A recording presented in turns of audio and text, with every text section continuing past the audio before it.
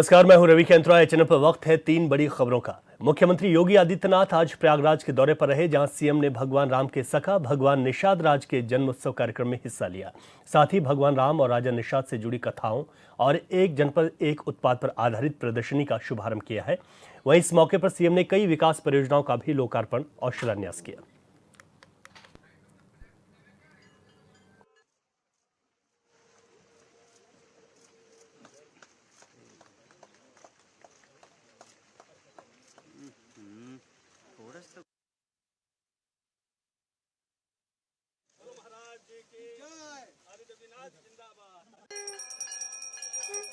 इतिहास ये दोहरा रहा है कि जो मित्रता भगवान राम और निषाद राज के उस समय थी, वही तो मित्रता भारतीय जनता पार्टी और निषाद राज पार्टी की इस समय देखने को मिल रही है।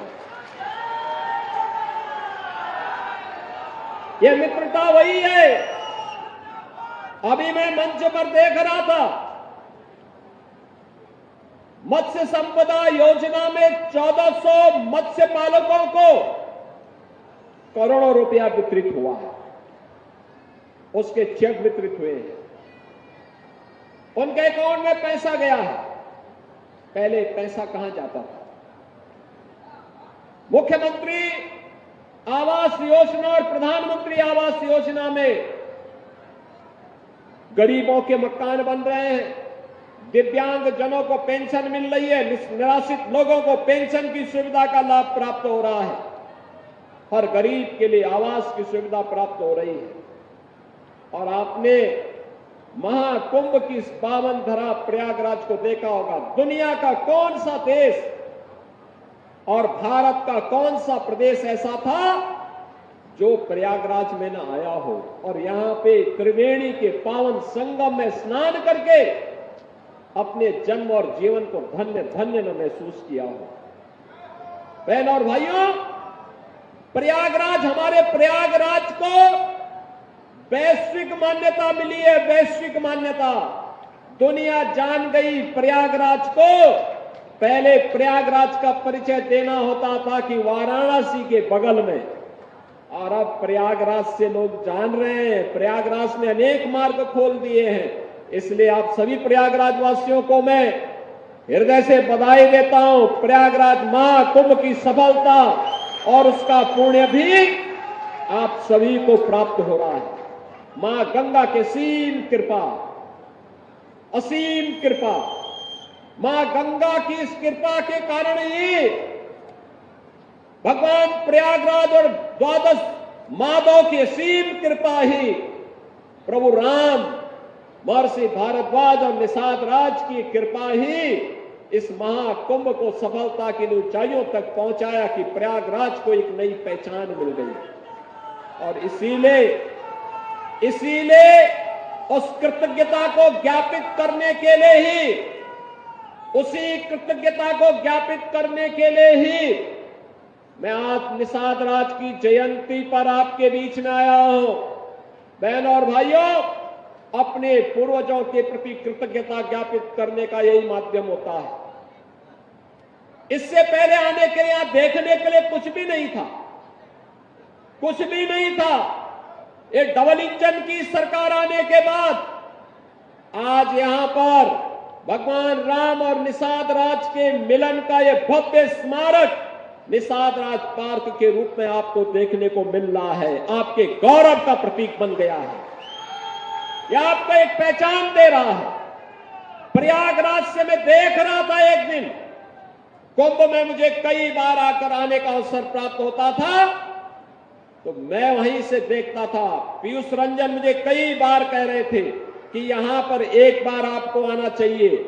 जिस दिन प्रधानमंत्री जी ने इसका लोकार्पण किया, इस पार्क का लोकार्पण किया, तब भी मेरी इच्छा थी आने की, लेकिन महाकुंभ के कार्यक्रमों में इतनी व्यस्तता हो जाती थी, नहीं पहुंच पाते थे। और जब मुझे यहां से गुजरता था, प्रयागराज से देखता था, मुझे भव्य प्रतिमा नजर आती थी, आत्मा आनंदित होती थी कि चलिए, हमने वो समय तो नहीं देखा, लेकिन कम से कम आज हमें सौभाग्य प्राप्त हुआ है कि मित्रता की इस अद्भुत मिसाल को एक भव्य स्मारक के रूप में निषाद राज के चरणों में हम लोग समर्पित करके इस निषाद राज पार्क को वहां पर दे रहे हैं। और बहनों और भाइयों, यही कृतज्ञता ज्ञापन होता है। अपने लिए तो सब जीते हैं, लेकिन पूर्वजों की थापी को, पूर्वजों की परंपरा को, विरासत को अक्षुण्ण बनाए रखते थे, उसके लिए करने वाले लोग ही जीवंत कहलाए जाते हैं, वही अमर होते हैं। और उसी अमरता की कथा को आगे बढ़ाने के लिए एक बार फिर हम लोग आपके बीच आए हैं। कुंभ ने बहुत कुछ दे दिया उत्तर प्रदेश को, देश को, सनातन धर्मावलंबियों को एक नई पहचान दिलाई है, दुनिया के सामने मिसाल प्रस्तुत करती है। इतना बड़ा आयोजन केवल सनातन धर्मावलंबी ही कर सकता है, कोई और नहीं कर सकता। इतना बड़ा आयोजन राम भक्त ही कर सकते हैं, कोई और नहीं कर सकता है। और इसके लिए राष्ट्रनिष्ठा चाहिए, राष्ट्रनिष्ठा। जिनके मन में राष्ट्र के प्रति समर्पण का भाव नहीं, वे इतना बड़ा आयोजन नहीं कर सकते हैं। 66 करोड़ से अधिक श्रद्धालु प्रयागराज महाकुंभ में आए, जो आया अभिभूत होकर के गया है, आशीर्वाद देकर के गया है। आज आप जाएंगे, कहीं भी जाएंगे देश के अंदर, दुनिया के अंदर, अपना परिचय देंगे, श्रृंगवेरपुर से आया हूं, प्रयागराज से आया हूं, आपको सिर आंखों पर बिठाने का काम वहां के लोग करेंगे, सम्मान देंगे। बहनों और भाइयों, अगर सम्मान मिल गया, पहचान मिल गई, इससे बढ़कर के कुछ नहीं होता। और अब बात करते हैं आज की दूसरी बड़ी खबर की। देहरादून के हरिद्वार बाईपास रोड पर कारगिल क्षेत्र के मुख्य मार्ग पर कूड़े के पहाड़ से जनता परेशान है। जनता की समस्या को देखते हुए कांग्रेस उपाध्यक्ष सूर्यकांत धस्माना ने मौके पर पहुंच नगर निगम की कार्यशैली पर सवाल उठाए हैं। उन्होंने कहा कि देहरादून को शहर को स्मार्ट सिटी घोषित किया गया था, सरकार ने हजारों करोड़ रुपए का खर्चा किया, लेकिन उसके बाद भी यहां शहर के बीचों बीच धर्मपुर विधानसभा में कारगिल और ब्राह्मणवाला क्षेत्र के बीच में नेशनल हाईवे पर इस कूड़े का पहाड़ खड़ा है। कई साल से कूड़े के ढेर से लोग परेशान हैं, लेकिन उसके बाद भी कोई विधायक, सांसद या मेयर सुनवाई के लिए नहीं है।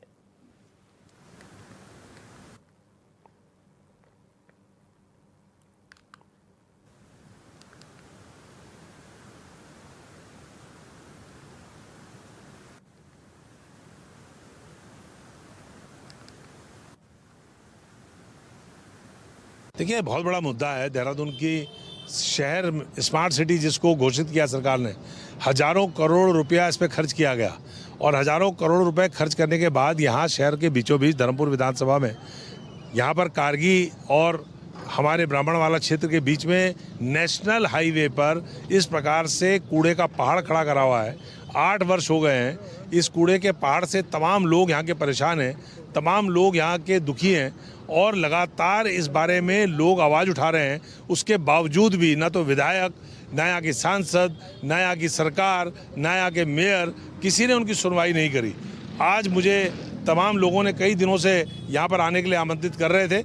लोगों के कहने पर मैं यहाँ आया हूँ और नज़ारा देख कर के जितनी दुर्गंध यहाँ से उठ रही है, पूरे इस क्षेत्र में कई वार्ड हैं जो इससे प्रभावित हैं। यहाँ पर बताया कि स्कूल है सोशल बलोनी पब्लिक स्कूल, उसके कई बच्चे यहाँ पर बीमार होते हैं हर साल। यहाँ से गुजरने वाले लोग, ये नेशनल हाईवे है, किस प्रकार से संकरा ये पूरा रोड हो गया है और किस प्रकार से यहाँ पे ट्रैफिक जाम होता है, ये सारी परेशानियाँ हैं। इसको लेकर के मैं यहाँ पर आया था, मैंने पूरा संज्ञान लिया है, लोगों से बातचीत करी है।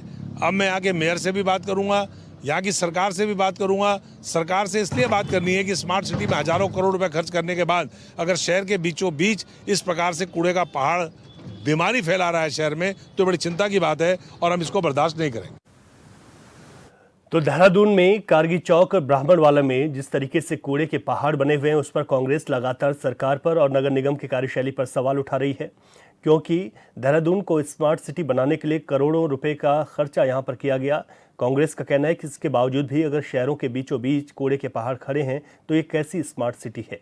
आज कांग्रेस के प्रदेश उपाध्यक्ष सूर्यकांत धस्माना मौके पर पहुंचे और उन्होंने जमकर यहां पर आरोप लगाए हैं, नगर निगम की कार्यशैली पर सवाल खड़े किए। उन्होंने ये भी कहा कि इस पूरे मसले पर कांग्रेस कई बार यहाँ के स्थानीय विधायक नगर निगम के जो पार्षद हैं उनको और मेयर को अवगत करा चुके हैं, लेकिन इस पर कोई सुनने के लिए तैयार नहीं। उन्होंने कहा कि एक बार फिर मैं मेयर से बात करूंगा और इस पूरे मामले पर यहाँ के जो आसपास के इलाके हैं, यहाँ रहने वाली जो बसावटें हैं, उन लोगों को राहत मिल सके इस कूड़े की बदबू से, इसके लिए नगर निगम को कार्य करना चाहिए। ये बात सूर्यकांत धस्माना ने कही है। तो सरकार पर भी निशाना साधा है। उन्होंने कहा कि स्मार्ट सिटी बनाने की बात सरकार करती है, लेकिन धरातल पर कुछ है नहीं। शहर के बीचों बीच कारगी चौक एक व्यस्तम इलाका है और एक बड़ी बसावटें कारगी चौक के आसपास है। ब्राह्मणवाला में कई बसावटें हैं, लेकिन बावजूद इसके कूड़े के पहाड़ से आसपास के लोग, यहाँ से चलने वाले राहगीर, इन सब को हर रोज़ इस बदबू से दो चार होना पड़ता है और सरकार इस ओर कोई ध्यान नहीं दे रही है। तो आज कांग्रेस के प्रदेश उपाध्यक्ष और संगठन का भी जिम्मा जिनको हाल में ही दिया गया, सूर्यकांत धस्माना कारगी चौक क्षेत्र में पहुंचे जहां कूड़े के पहाड़ खड़े हैं, लेकिन इसके निस्तारण के लिए कोई ठोस। हाल ही में नगर निगम के नए बोर्ड का गठन हुआ। एक बार फिर से भारतीय जनता पार्टी को यहां पर मौका मिला है। हालांकि मेयर बदले गए, इससे पहले भी 2 बार भारतीय जनता पार्टी ही नगर निगम में रही है।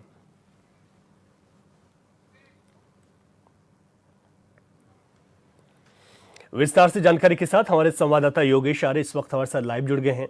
योगेश, ये बात तो ठीक है कि जब शहर को स्मार्ट सिटी आप कहते हैं तो स्मार्ट नाम दिया गया है, लेकिन अगर शहरों के बीचों बीच इस तरीके के कूड़े के पहाड़ हो, कांग्रेस लगातार हमलावर है सरकार पर और नगर निगम की कार्यशैली पर भी। क्या कुछ कहा जा रहा है और कितनी दिक्कतें यहाँ पर इस कूड़े से आसपास की बसावटों को हो रही हैं? देखिए बिल्कुल रवि, जिस तरह देखा जाए कि देहरादून स्मार्ट सिटी के अगर हरिद्वार बाईपास से रोड की अगर बात की जाए तो कारगी चौक और अगर बामनवाला के बीच की बात की जाए तो उसी बीच ही एक स्थित जगह है जहां पर ये स्थान चिन्हित किया गया है कूड़ा डालने के लिए। और यहाँ पर अब ऐसी स्थिति हो चली है कि वहाँ पर जो है एक कूड़े के पहाड़ में तब्दील जो है वो जगह हो चुकी है और इसी वजह से जो है वहाँ के आसपास के जो लोग हैं उनका वहाँ से निकलना जो है दुर्भर हो गया है, क्योंकि काफ़ी दुर्गंध आती है। रोड पर ही जो है कूड़ा डाला जाता है तो वहाँ से रोड भी संकरा हो चुका है, काफ़ी जाम की स्थिति रहती है। और इन तमाम मुद्दों को लेकर आज कांग्रेस के जो प्रदेश उपाध्यक्ष हैं, प्रशासन और संगठन, वो वहाँ पर पहुँचे सूर्यकांत धस्माना, और उन्होंने वहाँ के लोगों से बातचीत की और लोगों से जानकारी की कि आखिरकार कितने लंबे समय से यहाँ पर जो है एक कूड़ा डंप करने का मामला चल रहा है और आखिरकार इससे किस तरह की समस्याएं आ रही हैं। तो उन्होंने तमाम व्यवस्थाओं को देखा, वहाँ जानकारी ली किस तरह से रोड जाम लगता है, कितनी समस्या आती है, दुर्गंध वहाँ से काफ़ी आती है, लोग आने जाने वाले लोग काफ़ी परेशान होते हैं। लेकिन जब स्मार्ट सिटी की बात आती है तो लाजमी है कि अगर इस तरह की तस्वीरें सामने आएंगी तो उस तमाम व्यवस्थाओं पर सवाल उठेंगे जो स्मार्ट सिटी के अंदर कहा जाता है कि किए गए हैं इस शहर के लिए।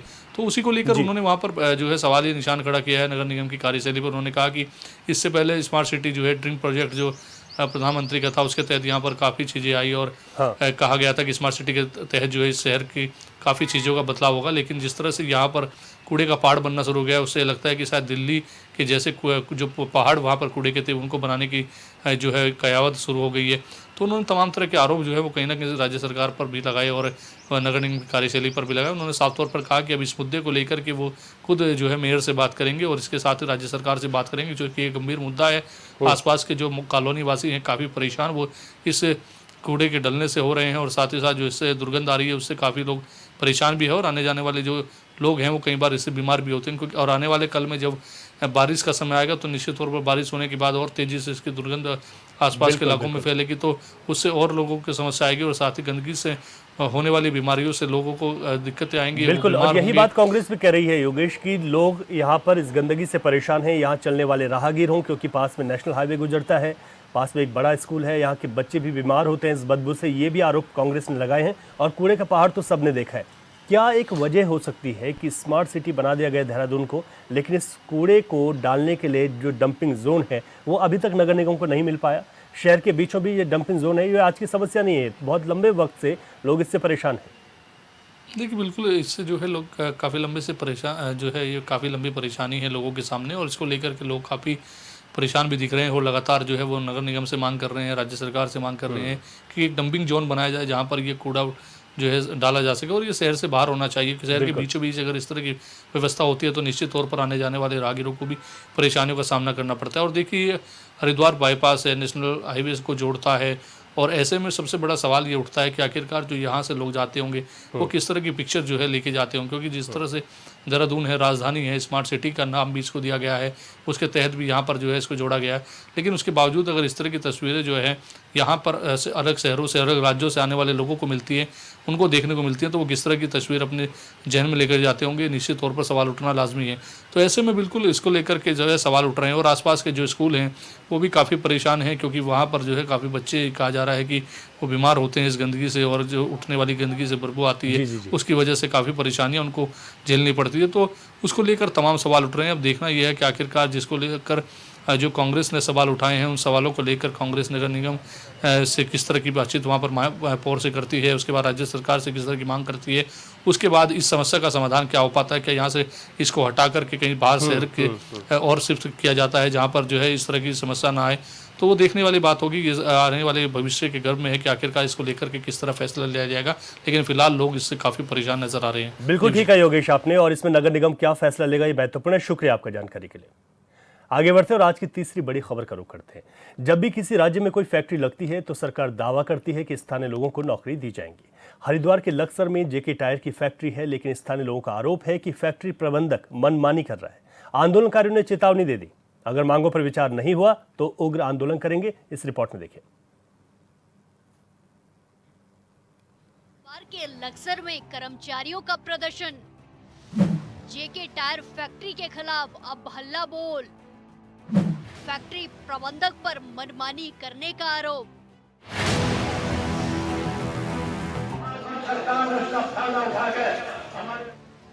धर्मनगरी हरिद्वार के लक्सर स्थित जेके टायर फैक्ट्री के खिलाफ कर्मचारियों में भारी आक्रोश है और अब किसान संगठन सहित कई संगठनों ने कर्मचारियों का समर्थन दे दिया है, जिससे माहौल गर्म है। पहले कर्मचारियों ने अपनी मांगों को लेकर फैक्ट्री के सामने धरना प्रदर्शन किया, लेकिन पुलिस ने हाईकोर्ट के आदेश का हवाला देकर वहां से सभी को हटा दिया था। हमारा निर्णय है, अगर अनभिज्ञता में यहाँ का प्रशासन कोई काम करता है उसकी बहुत गलत फहमी है। ये वो धरती है लक्सर की, जिस काम के लिए तैयार होते हैं वो काम करते हैं। जो आज तक घोषणा की है वो पूरी करी है, उससे कभी पीछे नहीं हटे। 7 तारीख की महापंचायत है, लेकिन 7 तारीख से पहले जैसे इन्होंने धरना उठवाया है, हम उसी का सबक देना चाहते हैं। अगर सूझबूझ का परिचय लेते हैं तो इस धरने को कहीं भी लगवा दे, वरना हम कूच करेंगे लाइन की तरफ या बिरला टायर की तरफ। कर्मचारियों को कई संगठनों का समर्थन, अब तहसील मुख्यालय पर धरना प्रदर्शन। जेके टायर फैक्ट्री के सामने से कर्मचारियों को हटाने के बाद अब आंदोलित कर्मचारियों ने तहसील मुख्यालय पर धरना शुरू कर दिया। धरने पर किसान यूनियन पटेल गुट के अध्यक्ष कीरत सिंह और पथिक जनशक्ति पार्टी के अध्यक्ष चौधरी विजेंद्र सिंह ने भी धरना स्थल पर पहुंचकर कर्मचारियों को समर्थन दिया। महापंचायत वहीं जेके कंपनी के गेट पर होगी, अंदर घुसेंगे और उसे चलाने का काम उसी दिन करेंगे। जिस पर रोका जा रोक लो। यहाँ की सरकार को भी चेतावनी है, प्रशासन को भी है, और जेके कंपनी के मालिक पार की लड़ाई लड़ोगे। और पार की लड़ाई लड़ेंगे, कंपनी को खुद चलाएंगे, खुद क्षेत्रवासी चलाने का काम करेंगे। उनका कान पकड़ कर उन्हें वहीं भेज देंगे जहाँ से वो आए थे। फैक्ट्री प्रबंधन पर हिटलर शाही का आरोप, नियमानुसार वेतन बढ़ोतरी की हो रही मांग, टर्मिनेट कर्मचारियों को बहाल करने की मांग। आंदोलित कर्मचारियों और समर्थन देने वाले नेताओं ने फैक्ट्री प्रबंधन पर हिटलर शाही रवैया अपनाकर कर्मचारियों के साथ अत्याचार करने का आरोप लगाया है। साथ ही प्रशासन पर भी मिलीभगत का आरोप है। इसके अलावा दोनों यूनियन अध्यक्षों और कर्मचारियों की मांग है कि नियमानुसार 3 वर्षीय वेतन वृद्धि और टर्मिनेट किए गए तीनों कर्मचारियों को बहाल किया जाए। के माध्यम से मांग करता हूँ आदरणीय मुख्यमंत्री पुष्कर सिंह धामी जी से, लेबर विभाग उनके पास है। यहाँ जो हमारे श्रमिक भाइयों का जेके टायर के प्रबंध तंत्र द्वारा लगातार कई वर्षों से उत्पीड़न हो रहा है, और लेबर विभाग माननीय मुख्यमंत्री जी के पास होते हुए भी जो कल शाम यहाँ के प्रशासन ने अपनी आवाज़ शांतिपूर्वक धरने प्रदर्शन के माध्यम से उठाने के लिए वहाँ से धरना उठवाया, ये मैं इसकी घोर निंदा करता हूँ। और आपके माध्यम से मांग करता हूँ आदरणीय मुख्यमंत्री जी से कि मुख्यमंत्री जी होश में आ जाओ, जनता जो जेके टायर के कर्मचारियों का यहाँ का प्रबंध तंत्र और प्रशासन की मिलीभगत से जो उत्पीड़न हो रहा है, ये किसी भी सूरत में बर्दाश्त नहीं किया जाएगा। पूरी की पूरी कांग्रेस श्रमिक भाइयों के साथ खड़ी है। अब विरोध में 7 अप्रैल को महापंचायत की घोषणा। महापंचायत में हजारों लोग हो सकते हैं शामिल। फैक्ट्री से अधिकारियों को बाहर करने की धमकी। आंदोलनकारियों ने साफ शब्दों में कहा है कि अगर मांगों पर जल्द विचार नहीं किया गया तो 7 अप्रैल को महापंचायत आयोजित की जाएगी और यदि फिर बात नहीं मानी जाती है तो फैक्ट्री के अंदर घुसकर अधिकारियों को बाहर निकालकर कर्मचारी खुद फैक्ट्री का संचालन करेंगे। जो भी एग्रीमेंट की मीटिंग में जो भी यूनियन लीडर वहाँ बोलता उसकी आवाज़ को दबाने का पूरा कार्य करा जाता। जैसे सुनील भाई ने और अशोक भाई ने वहाँ आवाज़ उठाई, निशांत भाई ने उठाई, पहले इन्हें सस्पेंड कर दिया गया। उसके बाद में फिर मैंने आवाज़ उठाई, वहाँ मुझे सस्पेंड कर दिया गया। और इसके बाद में जो वार्ता हुई हमारी 28 तारीख में वहाँ से डीएलसी महोदय के यहाँ से, ये लोग वहाँ पे गए नहीं और उसके बाद फिर इन्हें टर्मिनेट कर दिया गया। जब तक मीटिंग से हम वापसी नहीं पहुँचे उससे पहले टर्मिनेट लेटर इनके व्हाट्सएप पर पहुँच चुका था। और जिस तरीके से मनमानी हड़धर्मिता मैनेजमेंट कर रहा है, इस तरीके से यह लड़ाई और उग्र होती जा रही है। चाह रहे कि धरना प्रदर्शन हटवा के जो भी कुछ है धरना पीछे हटवा दिया, वहाँ से वहाँ हटवा दिया कि श्रमिक टूट जगह और प्लांट जाके चल जगह। इस तरीके से ज़्यादा आंदोलन और ज़्यादा उग्र रूप लेता जा रहा, ना कि ये सोच रहे प्लांट चल जाएगा। प्लांट किसी हाल में चलने का और क्षेत्र की जनता भी हमारा साथ बहुत अच्छी तरीके से देती जा रही है। 2022 में भी कर्मचारियों से हुआ था विवाद। मारपीट के मामले में कोर्ट में हुई थी सुनवाई।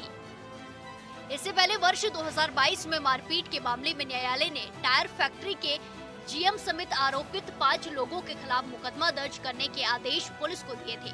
कोर्ट के आदेश पर मामला दर्ज हुआ या नहीं और अगर हुआ तो आगे क्या कार्रवाई हुई ये भी किसी को पता नहीं है। लेकिन इस बार कर्मचारियों के साथ कई संगठन के लोग जुड़ गए हैं, लिहाजा उम्मीद है कि बातचीत से मामला सुलझ जाएगा।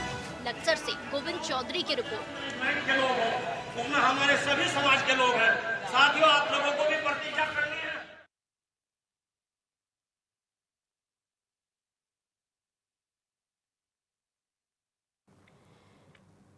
इसी खबर पर विस्तार से जानकारी के साथ हमारे संवाददाता गोविंद चौधरी इस वक्त हमारे साथ लाइव जुड़ गए हैं। गोविंद, जो टर्मिनेट कर्मचारी हैं उनको बहाल करने की मांग की जा रही है और इस विरोध में 7 अप्रैल को महापंचायत की घोषणा हो गई। जो चीजें यहां पर देखी जा रही हैं कर्मचारियों के साथ और कर्मचारियों का आक्रोश है, लगातार जो अपनी मांग कर रहे हैं, वो मुख्य मांगे क्या है और अगर ये महापंचायत यहां पर होती है तो इसका क्या इम्पैक्ट पड़ सकता है? बिल्कुल, देखिए जिस तरह से जेके टायर फैक्ट्री के बाहर जिस तरह से श्रमिक कर्मचारी लगातार धरना प्रदर्शन कर रहे हैं, क्योंकि उनकी मांगे हैं जो 3 साल का फैक्ट्री प्रबंधक के साथ जो अग्रीमेंट होता है वेतन वृद्धि को लेकर, उन 3 साल गुजर जाने के बाद भी इन श्रमिकों के जो वेतन यहाँ पर नहीं बढ़ाएगा। उसके बाद कुछ कर्मचारियों को यहाँ टर्मिनेट किया गया। तो लगातार जो 17 मार्च से जो है जो कर्मचारी है वो धरना स्थल पर बैठे और कहीं ना कहीं अनिश्चितकालीन भूख हड़ताल पर यहाँ पर बैठे हैं। लेकिन जिस तरह से हाई कोर्ट के आदेश आया, आदेश के बाद जो 300 मीटर जो कंपनी है उसके दायरे के बाहर ये धरना करेंगे। उसके बाद यहाँ पर प्रशासन ने और पुलिस बल से यहाँ जो कर्मचारी यहाँ पर धरना दे रहे थे उनको हटाया गया। हालांकि उसके बाद जो है जो कर्मचारी थे वो तहसील परिसर पहुंचे और वहां पर जो है अपना विरोध यहाँ पर कंपनी के प्रति जताया और उन्होंने साफ कहा कि कंपनी जो जेके टायर कंपनी है वो उनका अड़ियल रवैया और कहीं ना कहीं श्रमिकों का यहाँ पर उत्पीड़न यहाँ लगातार कर रही है और शासन प्रशासन पे भी उन्होंने गंभीर आरोप लगाए। उसके बाद यहाँ पर एसडीएम से यहाँ पर वार्तालाप की गई, लेकिन उस वार्तालाप से कुछ समझौता यहाँ पर निकलता नजर नहीं आया। लेकिन उसके बाद जो है जो श्रमिक थे उनके साथ कई ऐसे संगठन साथ आ गए हैं और भारतीय किसान यूनियन पटेल गुट ने भी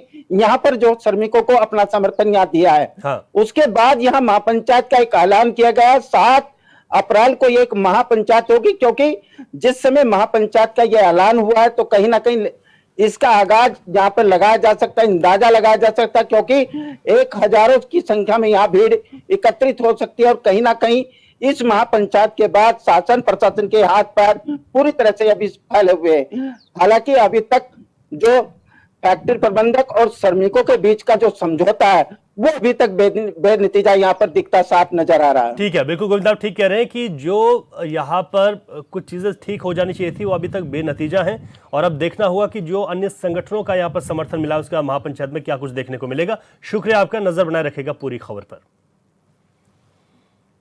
और 3 बड़ी खबरों में अभी के लिए इतना ही। खबरों से अपडेट रहें और देखते रहे चैनल 24x7। इजाजत दीजिए, नमस्कार।